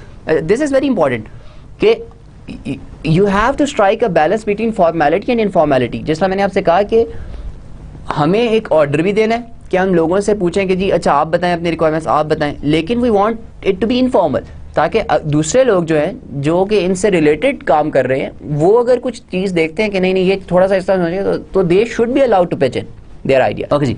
और एक जो बहुत इंपॉर्टेंट फैक्टर है इस मीटिंग का वो है फैसिलिटेटर, ठीक है जी, कि who will basically control the flow of the meeting, ठीक है। Ideally it should be somebody from the customer side, और वो ऐसा बंदा होना चाहिए who is very influential, ठीक है जी, जो कि बंदे को कह सके who can control actually the meeting, कि अगर for example there is conflict तो उस conflict को resolve कर सके, ठीक है जी। नहीं जी अब आप नहीं आप बताएं, ठीक है। तो you need a person who is kind of authoritative, ठीक है जी। और एक डेफिनेशन मैकेनिज्म हम कहते हैं कि जो लोग आपको रिक्वायरमेंट्स बताते जा रहे हैं we need to record it somewhere, ठीक है। Whatever people are saying we need to record whatever those definitions और वी कॉल देम रिक्वायरमेंट्स, इसको हम कहते हैं डेफिनेशन मैकेनिज्म, ठीक है। और इसके डिफरेंट तरीके हो सकते हैं, ठीक है। आप इसको वर्कशीट्स के अंदर रिकॉर्ड कर सकते हैं, फ्लिप चार्ट्स के ऊपर कर सकते हैं, वॉल स्टिकर्स के ऊपर कर सकते हैं, ठीक है, चैट रूम्स के ऊपर कर सकते हैं और some other virtual room. One of the things which I have done in my experiences we used to use wall stickers, ठीक है। जिस तरह हम कोई we were doing some R&D project, so what we did was we all of us 8 or 9 team members we basically sat in the conference room and we started discussing कि जी नहीं इसमें ये होना चाहिए ये होना चाहिए ये होना चाहिए। तो by the time we came out of the room all the walls were yellow, क्योंकि हमने हर दीवार के ऊपर एक स्टिकी नोट्स लगा के पूरी दीवार भर दी थी, ठीक है। फ्री फ्लोइंग इनफॉर्मल मीटिंग के जिसके अंदर आप फॉर्मेलिटी तो है कि you want some order in the meeting लेकिन you want flow of ideas, ताकि आप इसका फायदा क्या होगा, ये जो फ्री फ्लोइंग मीटिंग होगी कि you will cover all the basis of the system. तो आपके पास बड़ी ब्रॉड सी और डिटेल में रिक्वायरमेंट्स आ जाएंगी, ठीक है। और इसका इवेंचुअली इसका गोल क्या है? The goal is to identify the problem, propose elements of the solution, negotiate different approaches and specify a preliminary set of solution requirements, ठीक है। अब इसके अंदर ये चारों चीज़ें बड़ी इंपॉर्टेंट है जो हमने आखिरी लाइन अभी पढ़ी है। The goal is to identify the problem, ठीक है जी। सबसे पहला हमारा गोल क्या है कि हम प्रॉब्लम को आइडेंटिफाई कर रहे हैं, ठीक है। दूसरा क्या है? Propose elements of the solution, ठीक है जी। तीसरा क्या है, निगोशिएट डिफरेंट अप्रोचेस, और फिर क्या है, specify a preliminary set of solution requirement. यानी कि there are basically 4 things that we are trying to achieve here. और again these are specific, this is different from inception. जिस तरह फॉर एग्जांपल मेरी अगर इस मीटिंग के अंदर एचआर का बंदा बैठा हुआ है तो मैं I will try to ask him very particular questions कि आपके प्रोसेस के अंदर क्या क्या प्रॉब्लम्स है, ठीक है। और then as a group we will try to figure out कि इसके सोल्यूशंस क्या हो सकते हैं, और उन सोल्यूशन की बेसिस के ऊपर हम अपने उन जो भी सोल्यूशन डिफरेंट बंदे प्रपोज कर रहे हैं we will start writing them down, we will record them down, ठीक है। और अगर डिफरेंट सोल्यूशंस के अंदर कोई कन्फ्लिक्ट आ जाता है तो we need a mechanism to resolve those conflicts, ठीक है जी। और इसी तरह निगोशिएशन भी इसके अंदर ऑटोमेटिकली बिल्ट इन है, ठीक है। फिर हम क्या करते हैं कि on the basis of this we specify a preliminary set of solution requirements, क्योंकि हमने जो मीटिंग की है तो उसके अंदर हो सकता है हमारे पास बहुत ज़्यादा रिक्वायरमेंट्स गैदर हो जाए, लेकिन what we try to do is we try to reduce them down to some preliminary set of requirements, और they basically act as a base, ठीक है, जिसको हम बाद में रिफाइन कर सकते हैं। लेकिन इस पूरे को इकट्ठे ग्रुप में करने का फायदा क्या है कि आपके जो कन्फ्लिक्ट्स है they are resolve right there and there, ठीक है। This is the biggest advantage of doing gathering requirements in the collaborative fashion, कि आपको सारे के सारे स्टेक होल्डर्स का पॉइंट ऑफ व्यू एक ही वक्त में मिल जाता है, ठीक है। So this is very interesting when we do requirement gathering in this collaborative fashion. अच्छा जी, the second method of requirement elicitation is quality function deployment, ठीक है जी। क्वालिटी फंक्शन डिप्लॉयमेंट में क्या करते हैं हम कि एक तो होती है कस्टमर की विशेस या कस्टमर की रिक्वायरमेंट्स, ठीक है। हम इनको मैप करते हैं टेक्निकल रिक्वायरमेंट्स के साथ। फॉर एग्जांपल कस्टमर चाहता है कि जी ईज ऑफ यूज होना चाहिए, ठीक है। अब ईज ऑफ यूज एक ऐसी चीज है which is something that customer wants, ठीक है। अब टेक्निकली ये चीज सॉफ्टवेयर कैसे दे सकते हैं, हम इन दोनों चीजों को मैप करने की कोशिश करते हैं। So we have technical requirements and we have customer requirements, we try to kind of map them together, और हम इनका एक रिलेशनशिप कोरिलेशन बनाते हैं कि ये चीज दूसरे को किस तरह से सपोर्ट कर सकती है, ठीक है। अच्छा, फिर हम इसके अंदर क्या करते हैं कि एम्फेसिस हमारा क्या है कि we try to figure out what is valuable to the customer, कि कस्टमर को कौन सी चीज को वो ज्यादा एम्फेसिस देना चाह रहा है, whether he wants the product to be easy to use, या वो प्रोडक्ट को सस्ता बनाना चाह रहा है, या वो प्रोडक्ट को ज्यादा डाइवर्स बनाना चाह रहा है, what does the customer wants, ठीक है। तो we basically try to figure out कि what is more variable to the customer, ठीक है जी। और इस क्वालिटी फंक्शन डिप्लॉयमेंट के through we basically get 3 kinds of requirements. Number 1 normal requirements, then expected requirements and then exciting requirements, ठीक है जी। नॉर्मल रिक्वायरमेंट्स क्या होती हैं कि these requirements are the objectives and the goals stated for a product और system during meetings with the customer, ठीक है जी। एक्सपेक्टेड रिक्वायरमेंट्स होती हैं, these requirements are implicit to the product and system and may be so fundamental that the customer does not explicitly state them, ठीक है जी। Number 3 क्या है, exciting requirements, these requirements are for features that go beyond the customer expectations and prove to be very satisfying when present, ठीक है जी। यानी कि आप रिक्वायरमेंट्स को क्वालिटी फंक्शन डिप्लॉयमेंट की बेसिस के ऊपर 3 कैटेगरीज में डिवाइड कर सकते हैं। कुछ चीज़ें तो ऐसी हैं जो कि कस्टमर को चाहिए ही चाहिए, ठीक है जी, जो कि आपका इस प्रोडक्ट या इस प्रोजेक्ट को करने के मेन ऑब्जेक्टिव्स है। फिर कुछ चीज़ें जो कस्टमर इज एक्सपेक्टिंग कि ये होंगी। Then there are some exciting, जिनको हम कह सकते हैं विशेस भी हैं, कि कस्टमर बहुत ही खुश होगा अगर आप उसको ये भी करके दे दें, ठीक है। फॉर एग्जाम्पल आपने प्रोडक्ट के अंदर ईज ऑफ यूज़ भी डाल दिया, आपने प्रोडक्ट सस्ती भी कर दी, नाउ दैट इज समथिंग जिस पर customer would be very excited कि यू हैव अचीव्ड एवरीथिंग, ठीक है। तो quality function deployment not only it helps us eliciting requirement but is also categorize requirements, कि कौन सी रिक्वायरमेंट हम करेंगे तो उसका whether it is a normal requirement और एक्सपेक्टेड रिक्वायरमेंट और it is something which will excite the customer. अच्छा जी, जो QFD प्रोसेस होता है इट इज बेसिकली एक, आप उसके अंदर हम एक मैट्रिक्स बनाते हैं, ठीक है। We will see how this matrix और द मैट्रिसेस लुक लाइक, ठीक है। और वो उसके अंदर हम रिलेशनशिप को मैप करते हैं कस्टमर की नीड्स के अंदर और हमारे जो टेक्निकल रिक्वायरमेंट्स हैं उनके अंदर, ठीक है। और फिर हम उसको अपने कंपैटिटर के साथ असेस भी करते हैं, ठीक है। अब ये जो QFD प्रोसेस है, ये जो क्वालिटी फंक्शन डिप्लॉयमेंट है, this is very frequently used in case of engineering products, ठीक है। जैसे फॉर एग्जांपल हम ये पेन बनाने जा रहे हैं, ठीक है। तो अब इस पेन के लिए कस्टमर की डिफरेंट विशेस हो सकती हैं, ठीक है। फॉर एग्जांपल कस्टमर चाहेगा कि इसकी जो डायमीटर है इस पेन का वो एक सर्टन उसका हो, ठीक है। इसी तरह कस्टमर की विश हो सकती है कि ये पेन लाइट हो बड़ा, ठीक है। और कस्टमर की विश हो सकती है कि इसकी इंक शायद ज़्यादा अरसा तक चले, ठीक है, or whether it's a gel pen or a normal ball point, ठीक है। तो there are different customer wishes. फिर कुछ टेक्निकल रिक्वायरमेंट्स हो सकती हैं, ठीक है, उनको हम इसके साथ मैप करते हैं, ठीक है। और फिर हमारी कुछ प्रायोरिटीज़ हो सकती हैं कि फॉर एग्जांपल हमारी प्रायोरिटी है कि ये पेन हल्का होना चाहिए, ठीक है, यानी कि we want other things as well, लेकिन हमारी प्रायोरिटी क्या है, ठीक है। और हम इसको फिर अपने कंपेटिटर्स के साथ भी असेस करते हैं कि फॉर एग्जांपल अगर इस तरह के पेन कोई और कंपनी भी बना रही है तो हम उनसे अपनी प्रोडक्ट को कैसे स्टैंड आउट कराएंगे, ठीक है। और it can be done in terms of software as well, ठीक है। और इस सारे काम को करने के लिए बेसिकली वी हैव 6 स्टेप्स, ठीक है। Number 1 is that we identify stakeholders attributes और रिक्वायरमेंट्स, ठीक है। जो भी आपके प्रोजेक्ट के स्टेक होल्डर्स हैं हम उनसे उनके ऑब्जेक्टिव और रिक्वायरमेंट्स पहले आइडेंटिफाई कर लेते हैं, ठीक है, we note them down. Second thing is we identify technical features of the requirements, ठीक है। एक तो कस्टमर के एट्रीब्यूट्स हैं, फिर आपके टेक्निकली इस प्रोडक्ट के अंदर क्या क्या होना चाहिए, वी राइट देम सेपरेटली, यानी कि in the rows basically we write जो आपकी मैट्रिक्स बनेगी, ठीक है। वो मैट्रिक्स कुछ इस तरह की बनती है कि इस साइड के ऊपर आप लिखते हैं जो आपके स्टेक होल्डर्स की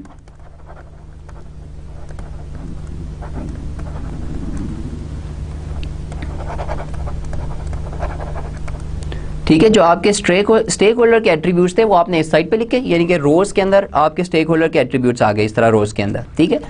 फिर जो आपके ये कॉलम्स हैं इसके अंदर क्या आ जाता है, इसके अंदर आपकी टेक्निकल रिक्वायरमेंट्स आ जाती है कि टेक्निकली आपकी इस प्रोडक्ट के अंदर क्या क्या होना चाहिए था, ठीक है। आप इनके दरमियान फिर मैपिंग क्रिएट करते हैं, ठीक है। The third thing is relate the requirements to the technical features. अब ये आपने ये वाली जो रिक्वायरमेंट है, फॉर एग्जांपल एक एट्रीब्यूट है लेकिन वो टेक्निकली किसी चीज़ के साथ मैच नहीं कर रहा, हमने हर रो को हर कॉलम के साथ मैच करके देखना है कि एक जो किसी स्टेक होल्डर के वो एट्रीब्यूट है या एक रिक्वायरमेंट है वो टेक्निकली उस रिक्वायरमेंट के साथ whether there is a positive relationship or a negative relationship, ठीक है। This is the third thing. Number 4 what we do is we conduct an, जैसा मैंने कहा था कंपेटिटर के साथ भी इवैल्यूएशन करते हैं, तो हम अपनी मैट्रिक्स की इस साइड के ऊपर करते क्या है कि अपने कंपेटिटर्स को सारी प्रोडक्ट लिस्ट कर देते हैं। फॉर एग्जांपल 3 और कंपनीज हैं जो इस तरह का पेन बना रही हैं, तो हम उनको अपनी प्रोडक्ट के साथ कंपेयर करने की कोशिश करते हैं कि हमारी प्रोडक्ट उनकी से बेहतर कैसे हो सकती है, ठीक है। Number 5 we evaluate technical features and specify a target value for each feature. जो हमने अपने कॉलम्स के अंदर टेक्निकल फीचर्स रखे हैं हम इनको नीचे कुछ वैल्यूज असाइन कर देते हैं, ठीक है। और हम फिर देखते हैं और इनके लिए टारगेट वैल्यू सेट कर देते हैं कि ये वाले जो टेक्निकल फीचर हैं, फॉर एग्जांपल हमने इसकी फिर हमारी टारगेट वैल्यू क्या होगी कि हम इतनी वैल्यू को अचीव करना चाहते हैं, ठीक है। और फिर हम इनको प्रायोरिटाइज कर देते हैं नंबर 6 के अंदर कि कौन सी चीज़ हमारे लिए ज़्यादा इंपॉर्टेंट है, कस्टमर के लिए कौन सी चीज़ ज़्यादा इंपॉर्टेंट है। So basically there are 6 steps. पहले हम क्या करते हैं कि वी आइडेंटिफाई द एट्रीब्यूट्स और requirements from the stakeholders. Number 2 is we identify the technical features, ठीक है, of the requirements. Number 3 we try to relate the technical features with customer attributes, ठीक है, which is basically done within this matrix. Number 3 what we do is we basically try to evaluate the competitors products. Number 5 हम अपने technical features को कोई value, कोई target value assign कर देते हैं। इसका फायदा क्या होता है कि जब आप टारगेट वैल्यू असाइन कर देते हैं तो आपकी रिक्वायरमेंट्स में से एम्बिग्यूटी खत्म हो जाती है, ठीक है। फॉर एग्जांपल हम इस पेन का डायमीटर मैं स्पेसिफाई कर देता हूँ कि 0.5 सेंटीमीटर होना चाहिए, लेट्स से, ठीक है। Now this is something which is totally unambiguous कि 0.5 से कम मैंने करना है, ठीक है। There is no quality. मैंने अगर कहता कि डायमीटर स्मॉल होना चाहिए तो that is a qualitative requirement. जब मैंने इसको क्वांटिफाई कर दिया तो एम्बिग्यूटी खत्म हो गई, ठीक है। तो जब टारगेट वैल्यूज ऑफ असाइन कर देते हैं तो देयर इज लेस एम्बिग्यूटी। और नंबर 6 हमने जो टारगेट वैल्यूज भी असाइन कर ली हैं जो, लेकिन फिर हम अपनी टेक्निकल रिक्वायरमेंट्स को प्रायोरिटाइज कर लेते हैं कि which is the thing which we want most और which is the thing which the customer want more in the product, ठीक है। ये mostly what is the feature that he would be very excited at, ठीक है। तो हम इनको prioritise भी कर लेते हैं। देयर इज अ डायग्राम, ठीक है। नॉर्मली जो कस्टमर के एट्रीब्यूट्स होते हैं, ठीक है, जिनको हमने कस्टमर एट्रीब्यूट्स या कस्टमर रिक्वायरमेंट्स कहा था उनको हम कहते हैं व्हाट्स, ठीक है। व्हाट्स का क्या मतलब है कि कस्टमर आपसे क्या चाह रहा है, ठीक है। तो this is the first thing. Number 2 what we have is hows, कि टेक्निकली हम ये व्हाट्स को कैसे अचीव करेंगे, ठीक है। या हम जो टेक्निकल रिक्वायरमेंट्स है वो हम हाउस के अंदर डाल देते हैं, ठीक है। दिस इज नंबर 2 जो हमने पिछली स्लाइड के अंदर नंबर 2 देखा था। Number 3 is the relationship between these house and what's, ठीक है। यानी कि हम रिलेशनशिप बनाते हैं कि जो हमने व्हाट यानी कि जो हमने कस्टमर नीड पूरी करनी है वो टेक्निकली कैसे पूरी करनी है, ठीक है। We try to create a relationship between those two, ठीक है। फिर हम क्या करते हैं नंबर 4 के अंदर, we try to compare our product with the competitors product in the market, ठीक है। और हम देखना चाहते हैं कि हमारी प्रोडक्ट उनकी प्रोडक्ट से बेहतर कैसे हो सकती है। और नंबर 5 के अंदर हमने क्या कहा था कि हमारे जितने भी हमने ये जो हाउस डिफाइन किए हुए हैं इनके लिए हम क्या करते हैं, टारगेट वैल्यूज असाइन कर देते हैं, ठीक है। इन टारगेट वैल्यूज से क्या होगा, इन टारगेट वैल्यूज की बेसिस के ऊपर हमें पता लग जाएगा कि हम टेक्निकली इस प्रोडक्ट को किस हद तक इंप्रूव कर रहे हैं, ठीक है। ये हमारे पास नंबर्स आ जाएंगे, ठीक है। और फाइनली हम इनको इंपॉर्टेंस दे देते हैं कि कौन सी चीज़ हमारे लिए ज़्यादा इंपॉर्टेंट है। फॉर एग्जाम्पल हमारे पास हाउस के अंदर 6 चीज़ें थी, ठीक है। तो हम इनको जब प्रायोरिटाइज कर लेंगे तो हमें पता लग जाएगा कि जी फॉर एग्जांपल जो ये वाली चीज़ थी this is the most important, तो नंबर 6 के अंदर हम इसको शायद पहले नंबर पे ले जाएंगे, या हम उनको वेटेज ऐसे असाइन कर देंगे कि अगर हमने 100 में से वेटेज देना डिफरेंट फैक्टर्स को, तो जो मोस्ट इंपॉर्टेंट होगा मे बी उसको 30 दे देंगे, 40 दे देंगे, depending on the customer wishes, ठीक है। ओके जी, so this is how QFD looks like. I will just share one example with you which is the example is of a can opener. ये आपको market में different जो केन मिल जाते हैं बनी बनाई चीज़ों के, उनके लिए केन ओपनर्स होते हैं। तो this is an example of automated can opener, ठीक है। आपके उसको केन के ऊपर रखें तो ऑटोमेटिकली केन को खोल देगा, ठीक है। अब अगर आप इस मैट्रिक्स की इस वाली साइड के ऊपर देखें तो ये जो आपकी सारी हैं दीज आर कस्टमर रिक्वायरमेंट्स, ठीक है। अब ये रिक्वायरमेंट्स क्या हैं, सबसे पहली है कि कस्टमर, क्योंकि ये कैन ओपनर है तो customer wants the product to be safe, ठीक है। पहली चीज़ वो क्या चाहता है, सेफ। सेकंड चीज़ वो क्या चाहता है, ड्यूरेबिलिटी, ठीक है। He wants the product to be durable, यानी कि वो ये जो कि इश्तिहारों में आता है ना कि प्रोडक्ट साल साल चलती है, तो he wants the product to be durable, कि ये ना हो कि 2-3 कैन खोलें और प्रोडक्ट टूट जाए, क्योंकि जब when you have to sell that product in the market तो यू हैव टू क्लेम कि जी this is durable, this is work for may be 6 months और you can give a guarantee और समथिंग लाइक दैट। तीसरी जो customer की requirement है वो क्या कह रहा है कि ईज ऑफ यूज़ हो, ठीक है, यानी कि product should be very easy to use. जिस तरह जो ऑटोमेटेड कैन ओपनर है नॉर्मली उनमें होता क्या कि आप उसको कैन के ऊपर रखते हैं, सेट करते हैं और एक बटन दबा देते हैं, वो पूरे कैन को घुमा के कैन ओपन कर देते हैं। तो this is very easy to use, ठीक है, लेकिन there will be certain cost. चौथी क्या रिक्वायरमेंट है कस्टमर की कि कॉस्ट जो है वो कम होनी चाहिए, ठीक है। He wants the product to be cheap, ठीक है, क्योंकि जितनी चीप होगी उतनी शायद वो ज़्यादा सेल कर दे, ठीक है। फिर उसके बाद आपकी पांचवी क्या है कि the weight of the product, he wants the weight of the product to be less, हल्की से हल्की प्रोडक्ट बनवाना चाहता है। Then there is battery life, वो चाहता है कि जो इसके अंदर बैटरी डले या इसके अंदर जो मोटर्स लगे आपकी जब केन आपका घूमे तो वो इस तरह की एफिशिएंसी उसके अंदर हो कि आपकी बैटरी कम से कम कंज्यूम हो, ठीक है जी। तो ये आप कह लें कि हमारी 5 या 6 कस्टमर की रिक्वायरमेंट्स है। और अगर आप इसी डायग्राम के कॉलम्स के अंदर चले जाएं जिनको हम कहते हैं कि प्रोडक्ट डिज़ाइन रिक्वायरमेंट्स या टेक्निकल रिक्वायरमेंट्स, तो जो सबसे पहली है वो है स्मॉलर केसिंग। अब हमें ये देखना है कि स्मॉलर केसिंग तो एक टेक्निकल रिक्वायरमेंट है। इसी तरह हमारी दूसरी टेक्निकल रिक्वायरमेंट क्या है, लेस गियर्स। तीसरी रिक्वायरमेंट क्या है, लॉन्ग बैटरी लाइफ। चौथी क्या है, मैनुअल ओवरराइड। पांचवी है कि आपने LED लगानी है कि नहीं लगानी। छठी है कि फिंगर ग्रूव्स। फिंगर ग्रूव्स क्या होते हैं कि इस तरह की जितनी प्रोडक्ट्स होती है उसके अंदर अक्सर आपने देखा होगा हाथ को चीज़ को ग्रिप करने के लिए उसके ऊपर कुछ एक ग्रिप सी बनी होती है, प्लास्टिक की शायद लगी हो या different you know there would be some ridges in the product, जिसको जब आप पकड़ें तो प्रोडक्ट स्लिप ना हो आपके हाथ से, ठीक है। तो उनको हम कहते हैं फिंगर ग्रूव्स, या जिस तरह वो पूरी पूरी उंगली के यूँ बने होते हैं, ठीक है। तो these are called finger grooves. तो अब होता क्या है कि ये जो हमारे इस साइड के ऊपर जो आपकी मैट्रिक्स की लेफ्ट साइड के ऊपर आप देख सकते हैं कि देयर आर कस्टमर रिक्वायरमेंट्स, ठीक है। इन कस्टमर रिक्वायरमेंट्स को हमने ये जो प्रोडक्ट या जो टेक्निकल चीज़ें इनके साथ मैप करना है। अगर आप इस मैट्रिक्स के अंदर देखें तो इनके अंदर जो रिलेशनशिप है वो नेगेटिव और पॉजिटिव लिखा हुआ है। इस नेगेटिव और पॉजिटिव का क्या मतलब है, इस नेगेटिव और पॉजिटिव का मतलब ये है कि अगर आप एक चीज़ को अचीव करने की कोशिश करते हैं तो ऊपर वाली चीज़ के साथ उसका रिलेशनशिप क्या बनता है। अगर आप फॉर एग्जाम्पल हम अगर पहली एग्जाम्पल को देखें कि हम कह रहे हैं कि we want the product to be safe, ठीक है, but if we have a smaller casing तो there is a negative correlation, ठीक है, यानी कि आपका प्रोडक्ट का साइज जितना बड़ा होगा उतनी शायद प्रोडक्ट ज़्यादा सेफ होगी। इसी तरह जो ईज ऑफ यूज़ है वो आपका बढ़ जाएगा जब आपकी प्रोडक्ट की केसिंग छोटी होगी, ठीक है। तो यू कैन सी कि नेगेटिव रिलेशनशिप से क्या मतलब है, पॉजिटिव से क्या मतलब है। इसी तरह आपकी जितनी कम छोटी केसिंग होगी आपका शायद प्लास्टिक उतना ही कम लगेगा और there will be a positive relationship with the cost. इसी तरह वेट के साथ भी उसका पॉजिटिव रिलेशनशिप, यानी कि जो कस्टमर रिक्वायरमेंट्स थी उसमें से 2 के साथ उसका नेगेटिव रिलेशनशिप है और 3 के साथ पॉजिटिव है, और जिसके साथ उसका कोई रिलेशन नहीं बन रहा तो we leave that box empty. जिस तरह बैटरी लाइफ और स्मॉलर केसिंग का शायद कोई ताल्लुक नहीं है, they can be but in this case we assume there is nothing, तो वी लीव इट एम्प्टी। ठीक है, इसी तरह जो दूसरी टेक्निकल इस प्रोडक्ट की रिक्वायरमेंट है, जो केन ओपनर की रिक्वायरमेंट है, दैट इज लेस गियर्स, कि आप उसके अंदर जो उसकी स्पीड्स है उसको कम से कम रखें। इसका पॉजिटिव रिलेशन किन चीज़ों के साथ है? सबसे पहला इसका पॉजिटिव रिलेशनशिप है कॉस्ट के साथ। ठीक है, कॉस्ट के साथ कैसे है कि आपके जितने गियर्स कम होंगे इसकी प्रोडक्ट की कॉस्ट उतनी ही कम होगी, तो there is a positive relationship. इसी तरह वेट के साथ भी है पॉजिटिव, कि गियर्स कम होंगे तो वेट भी कम होगा प्रोडक्ट का। लेकिन बैटरी लाइफ के साथ इसका नेगेटिव रिलेशनशिप है। ठीक है, कि आपके लेस गियर्स अगर होंगे तो आपकी बैटरी लाइफ कम होगी। ठीक है जी,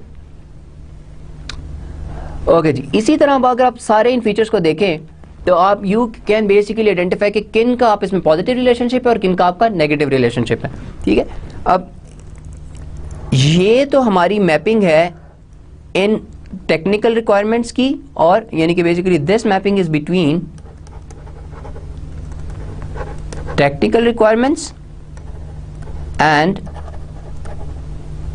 कस्टमर एट्रीब्यूट्स रिक्वायरमेंट्स कह लें आप इन्हें। ठीक है, ये इनके दरमियान है। फिर another thing that we do in QFD is कि ये जो हमारी टेक्निकल रिक्वायरमेंट्स हमने ऊपर लिखी हुई हैं, यू नो दीज, इनके दरमियान भी हम एक मैपिंग बनाने की कोशिश करते हैं। ठीक है, we try to make a mapping between, कि ये आपस में कन्फ्लिक्टिंग तो नहीं है। जिस तरह अगर आप ये देखें कि ये वाला जो प्लस साइन है, ठीक है, this is a mapping between this and this. ठीक है, ये कहता है कि अगर केसिंग स्मॉल होगी, लेस गियर होंगे तो ये पॉजिटिव है।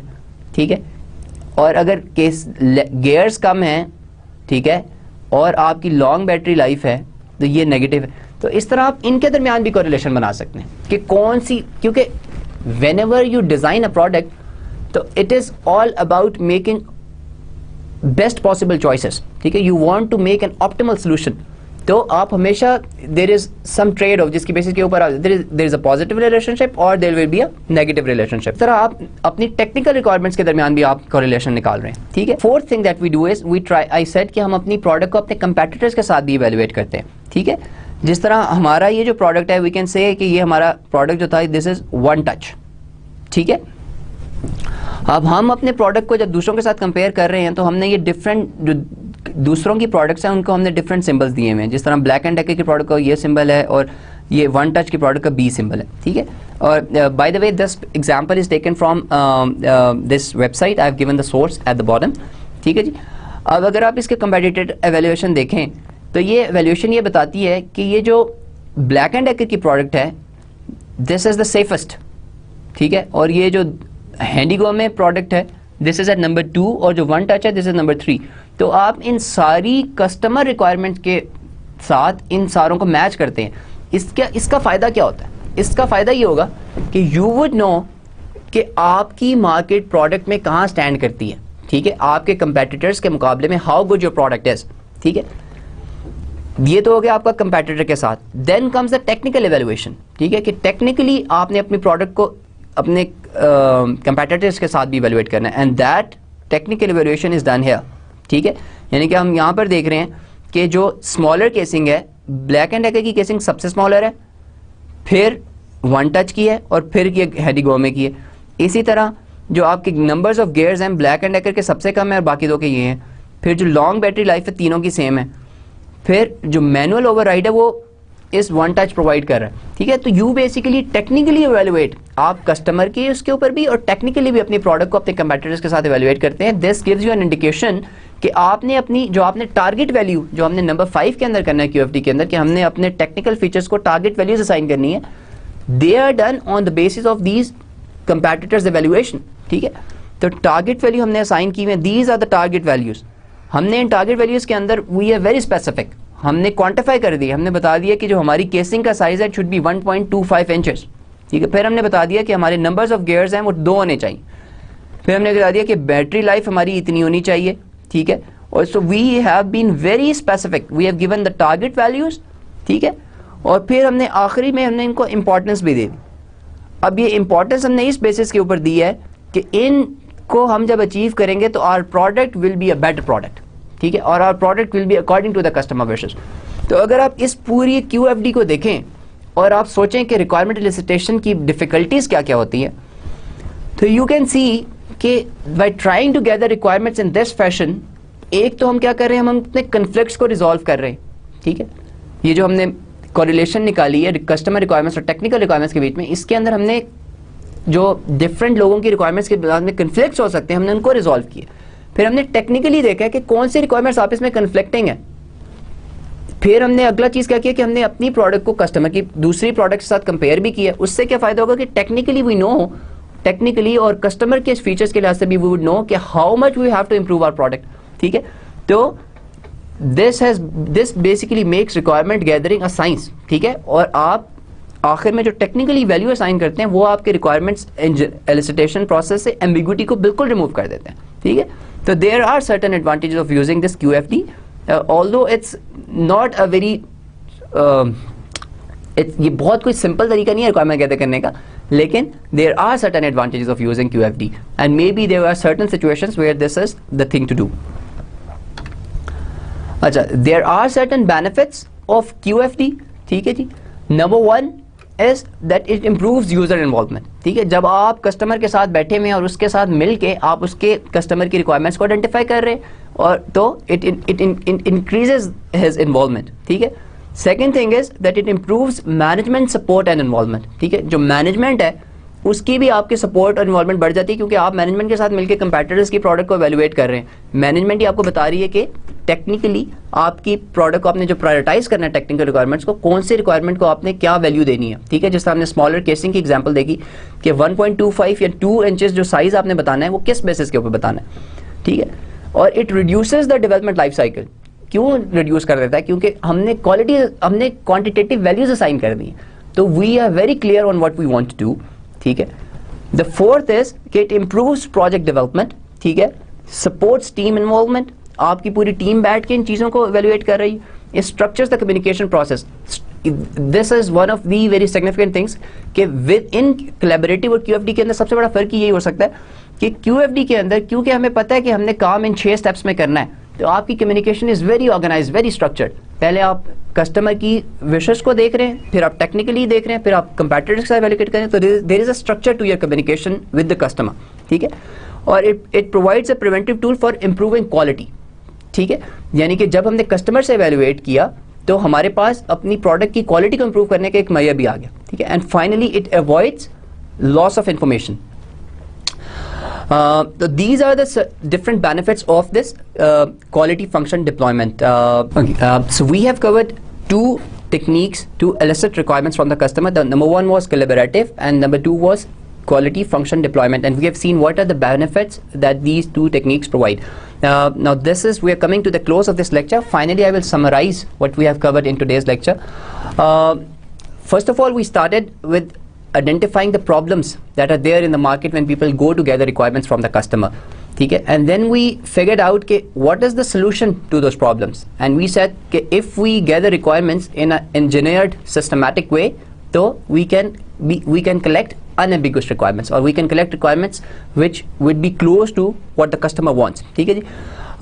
And we have covered 2 basic task of requirement engineering process. I introduced the requirement engineering process to you in the lecture, जिसके अंदर हमने देखा कि there are 6 or 7 activities. We have covered 2 of those activities in today's lecture.